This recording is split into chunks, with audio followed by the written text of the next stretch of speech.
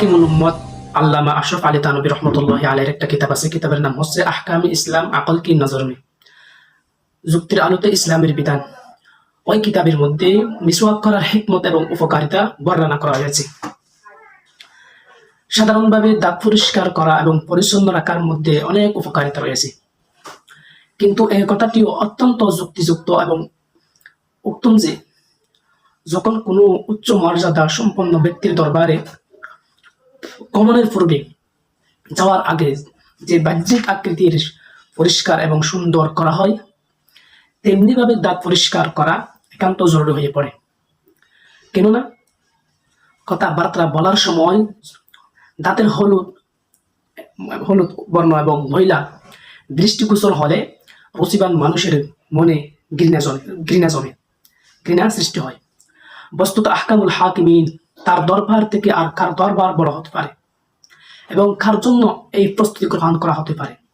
এই জন্য ইন্নাল্লাহা জামিলুন ইউহিব্বুল জামাল, আল্লাহ পাক রব্বুল আলামিন নিজেই সুন্দর এবং তিনি সুন্দরকে ভালোবাসেন।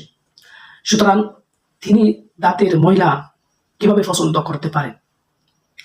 এই জন্য ইসলামের বিধান, প্রধান বিধান তথা নামাজ আদায়ের পূর্বে যেরকম অন্য অপবিত্রতা এবং ময়লা দুর্গন্ধ দূর করা জরুরি হয়, তেমনিভাবে দাঁতের ময়লা এবং দুর্গন্ধ দূর করা জরুরি হয়ে থাকে।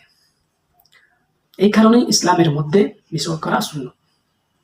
কেননা আল্লাহর বিধান পালনের জন্য যা কিছু করা হয় এতে শারীরিক উপকারিতা থাকে, তাছাড়া আখিরাতেরও উপকারিতা অনেক থাকে এবং সওয়াব লাভ থাকে।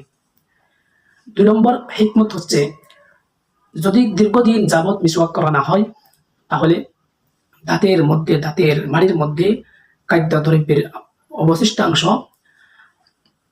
ও ময়লা জমা হওয়ার ফলে দুর্গন্ধ সৃষ্টি হয়।